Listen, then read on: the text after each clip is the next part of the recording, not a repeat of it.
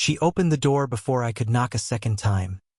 Barefoot, hair tied back like she hadn't expected company. And for a moment I forgot why I was there. She looked at me like people do when they've been alone too long.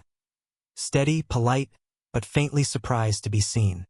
"I'm sorry," she said, pushing a strand of hair behind her ear. "You're early." Her name was Elena, though I didn't say it out loud yet. The name had a softness that didn't match the sharpness in her eyes.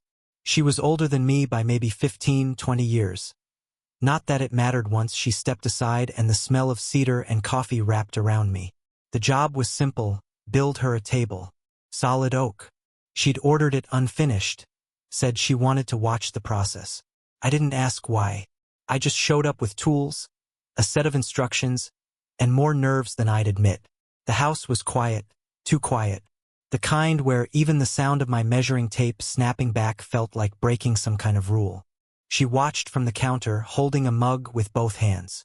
The light through the blinds fell across her neck, and I kept pretending I needed to recheck the level just to look again. "You've done this before," she said finally. "Tables." She smiled. "Working in other people's houses. Not like this one." She caught that, the way I said it. Her lips pressed together like she was hiding a thought. Silence folded between us again. The hum of the fridge. The faint smell of varnish.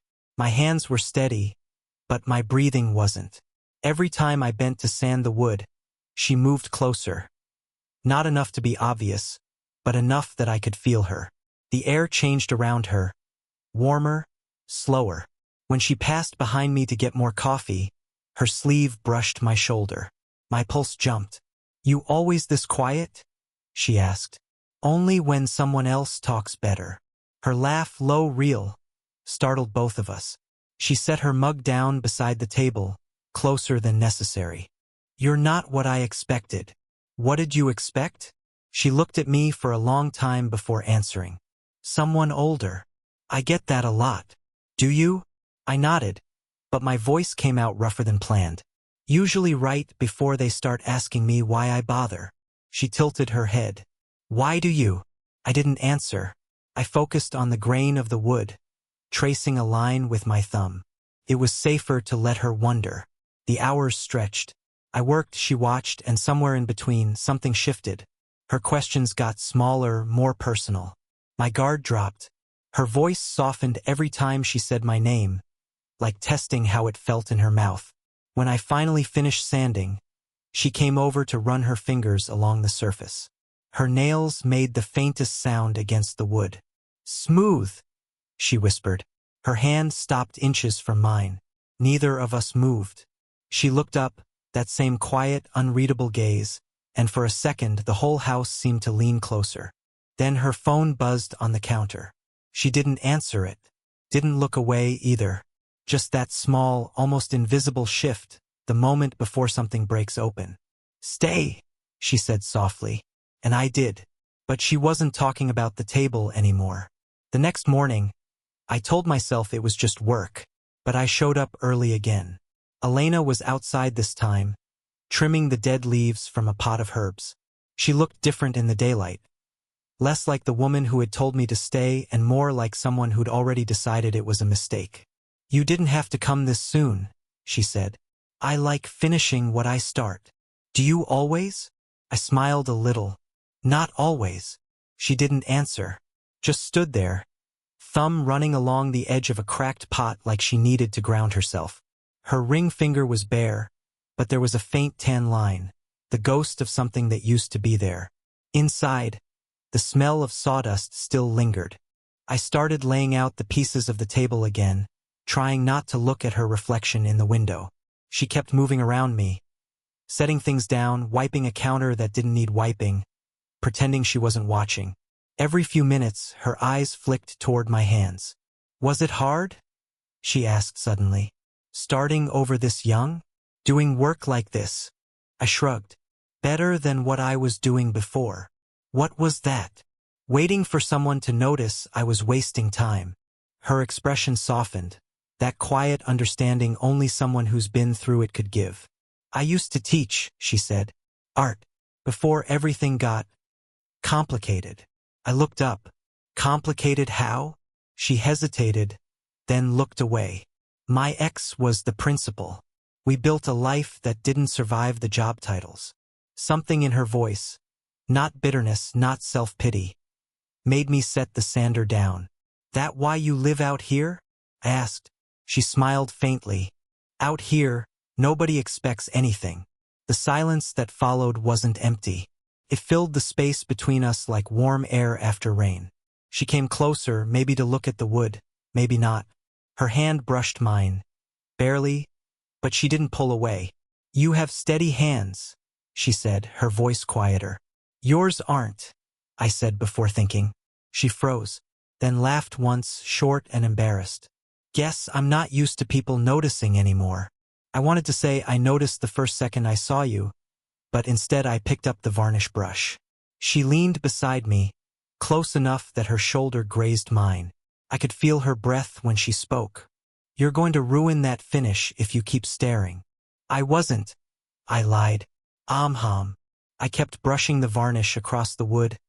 Slow, careful strokes, pretending I didn't feel her watching. But when I reached for another piece, she steadied it with one hand, her fingers pressing over mine for just a second too long. Neither of us moved. The sunlight caught the tiny flecks of varnish on her wrist, and I swear I could feel her pulse. Then she pulled her hand away, as if she just remembered where we were, who we were. She cleared her throat. You should take a break. There's coffee. I nodded. Yeah. But neither of us moved toward the kitchen. We just stood there, two people pretending the room hadn't already shifted again. By the third day, the table wasn't the reason I kept coming back. She knew it too. Elena opened the door before I could knock. Again. You're getting predictable, she said, smiling without meaning to. I could stop coming, I said. She raised an eyebrow. Could you? The air between us said no. Inside, the table gleamed under the morning light. Smooth, polished, finished. My part was technically done. Still, she'd called, asking if I could help move it into place. That was the excuse. We both knew it. Over there, I asked, nodding toward the window. Maybe closer to the wall. We moved it together, her hands gripping the edge just inches from mine. The wood was heavy, and when we set it down, our fingers brushed. Not by accident this time. She didn't move. I didn't either. The silence felt different, heavier, charged. Then a phone buzzed again, sharp in the quiet. She flinched. It was a man's name flashing across her screen. She didn't answer, just turned it face down. I shouldn't have looked. She caught my glance anyway. My ex, she said simply. Oh, he thinks he's still involved. I nodded, not trusting my voice. The moment hung there, the echo of what she didn't say. Her hand brushed a spot on the table, like she needed to touch something solid. You should probably go before he shows up here. I stepped closer without thinking. Do you want me to? Her breath caught. That's not fair. Neither is pretending you don't feel this. She looked up, eyes bright but unsteady. You're too young to talk like that. Maybe. But you're not too old to hear it. For a second, she almost smiled, almost. Then she stepped back, like she just remembered the rules we hadn't written but both knew. The sound of gravel outside snapped both our heads toward the window. A car. Her shoulders tensed. He's early. You want me to leave? I want you to not be seen. She moved quickly, motioning me toward the hallway. I ducked behind the doorway just as the front door opened. A man's voice, casual, too loud. Didn't know you were busy. Elena's tone changed, smooth, practiced. Just finishing some work on the table. I stayed still, heartbeat too loud in my ears. Through the narrow gap, I could see her hands trembling as she handed him a coffee mug. He looked around. Thought I heard someone else. No, she said softly. Just me. The silence stretched. Then the door finally closed again. Tires on gravel. The sound fading. I stepped out. She was standing by the window, arms crossed, staring out like she couldn't decide whether to be relieved or ashamed. I'm sorry, she said. I shook my head. Don't be. She turned, and the distance between us vanished in 2 steps. Her hand found my chest, just for balance, maybe. But it stayed there. Neither of us spoke. Her breathing was uneven. Mine worse. For one suspended moment, her face tilted toward mine, almost close enough to erase every excuse we'd made. Then she stopped, her forehead barely touching mine. "This is wrong," she whispered. "Then why does it feel right?" She didn't answer, just closed her eyes and stayed there, caught between running and giving in. It rained that afternoon, the kind that makes the world feel smaller, quieter, more dangerous. I hadn't planned to come back. I told myself that every hour until I was standing on her porch again, soaked through, holding the excuse of a misplaced screwdriver. When she opened the door, she just stared. "You shouldn't be here." "Then tell me to go." She didn't. The rain hissed behind me, filling the silence she couldn't. Finally, she stepped aside. "You'll drip all over the floor. I'll clean it." Her eyes flicked up, then away. "You always have an answer, don't you?" "Not for this." Inside, the house was dim, lights low. The table, our table, sat in the middle of the room, finished and gleaming like a witness. She crossed her arms. "If anyone saw you here, they won't. You don't know that. I don't care." Her breath hitched at that, almost a laugh, almost a warning. "You should." I took a step closer, not touching her, just close enough for the air to shift between us. Her perfume, faint and warm, mixed with the smell of rain off my jacket. "Elena," I said quietly. She looked up at her name, and that was all it took. Every line we'd drawn dissolved in a heartbeat. "I can't," she whispered. "You're old enough to know what I want." She shook her head, but her voice cracked when she spoke. "You think this is simple. It isn't. People talk. They always talk. I'm not people." Her hands trembled at her sides. "You don't understand what I'd be risking." "Then explain it," I said, stepping in close enough that her shoulder brushed my chest. "Because I'm standing here trying not to touch you, and it's killing me." The words hung there, raw and too real. She looked at me like she wanted to deny it, and couldn't. Her hand lifted, almost unconsciously, to my collar. Rainwater dripped from my hair onto her fingers, and neither of us moved to stop it. "I keep trying to convince myself you'll get bored," she said softly. "Find someone your age. Someone easier." I shook my head. "You make it sound like I'm choosing wrong." "You are." I leaned in, close enough to feel her breath when she said it. "Then stop me." She didn't. Her eyes flicked to my mouth, then back to my eyes. A flicker, barely there, but enough. I raised a hand, brushed a strand of hair from her face, and let my fingers linger against her jaw. She exhaled, slow, shaky.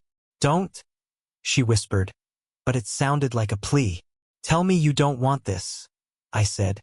She opened her mouth, but nothing came out. Then she stepped closer, until her forehead rested against mine, her hands flat against my chest, the warmth of her body bleeding into me through soaked clothes. The air between us trembled. A car door slammed outside. We froze. Her eyes flew wide, and she whispered, "He's back." The lights flickered as thunder rolled overhead, and she didn't move away. The front door creaked open, slow and deliberate. Elena's breath caught in her throat. "Stay quiet," she whispered, stepping back but not away. Her hand still pressed against my chest, heartbeat to heartbeat. The footsteps stopped in the entryway.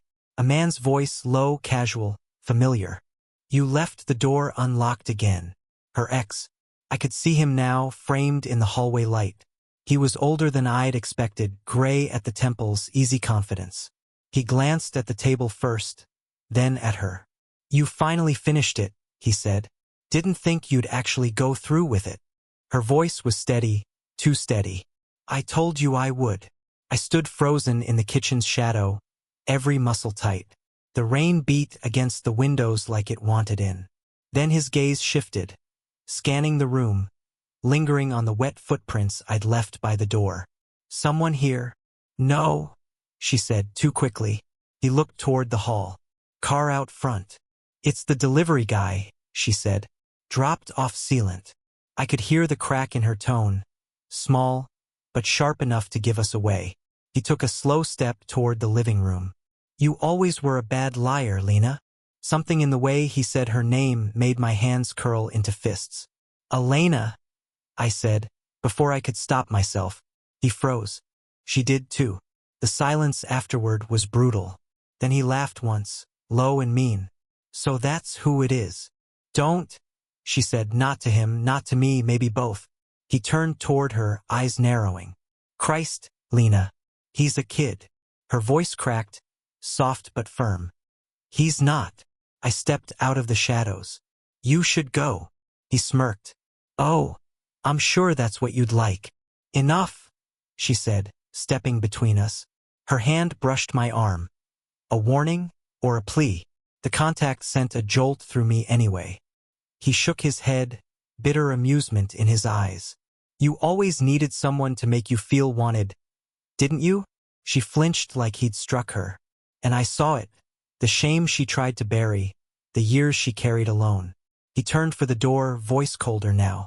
Good luck explaining this when people start asking questions. The door slammed. Rain filled the silence again. She stayed facing the empty doorway, shoulders trembling. Elena, I said softly. She shook her head. You shouldn't have said anything. I couldn't just. I told you this would get ugly. I don't care. She turned, eyes wet but defiant. You will. I stepped closer. Then let it be ugly. Her breath hitched. You don't know what that means. I reached out, fingers brushing her wrist. Show me. She didn't pull away this time. Her voice was barely there. If you stay, there's no taking it back. The storm cracked outside, white light spilling through the window, catching her face. Every hesitation, every wanting thought she hadn't said out loud. I'm not leaving, I said, and she didn't stop me. The storm didn't let up.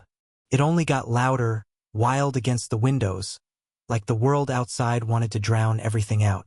She stood by the curtains she'd just closed, her back half turned to me, shoulders tense beneath her loose gray sweater. For a moment, neither of us spoke. The air between us carried too much, the fight, the fear, the pull that kept snapping us back into each other's gravity. Elena, I said quietly. She didn't move. You should go before this turns into something it shouldn't. It already has. Her hand tightened around the edge of the curtain. You don't know what you're saying. Yes, I do.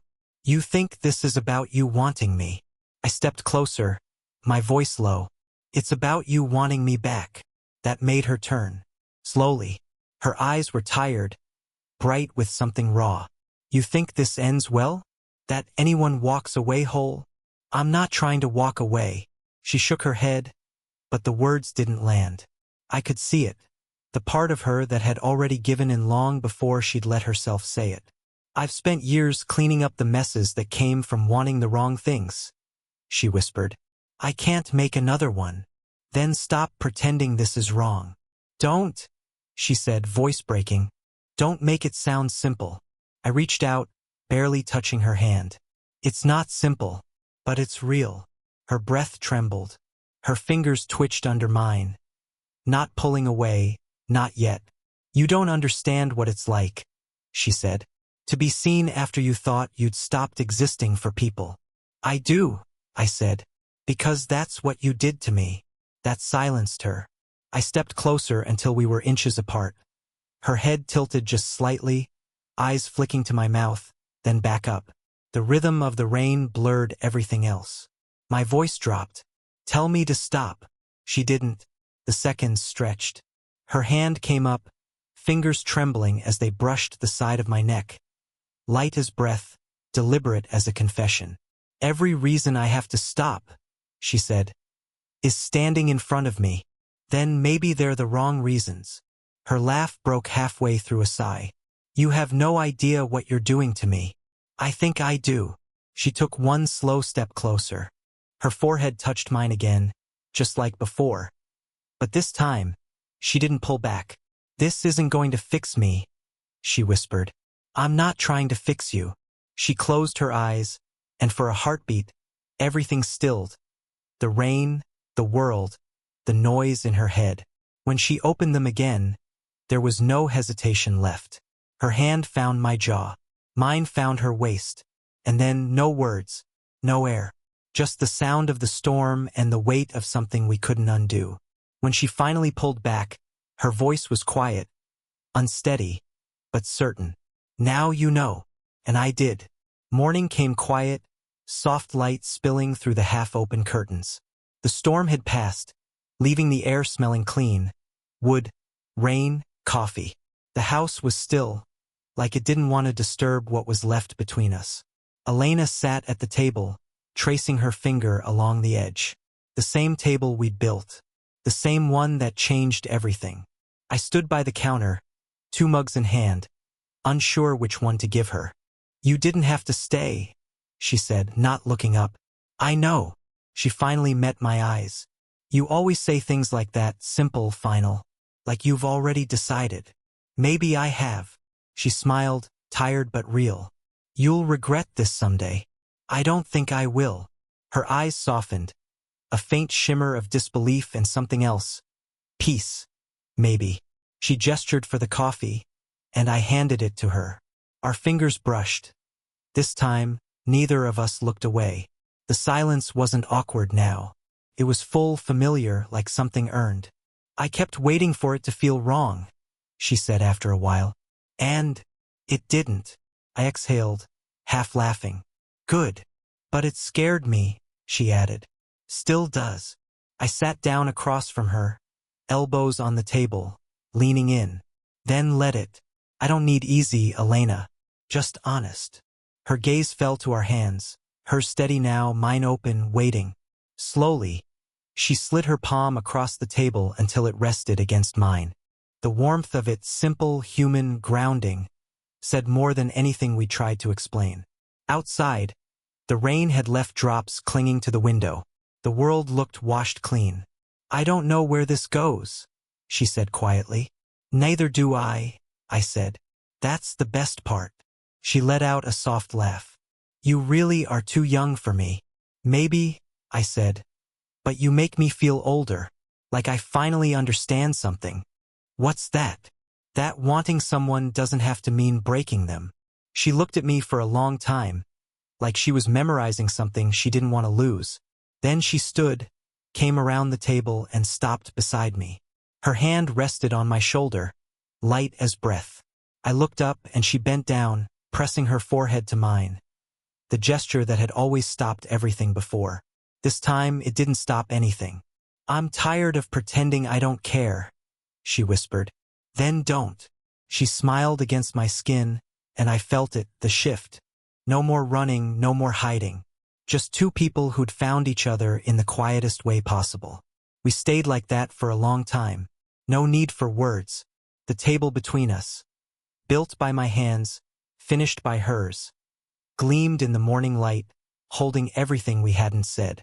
Whatever came next, it was ours now. Did you enjoy the story? What kind of stories would you like to hear next?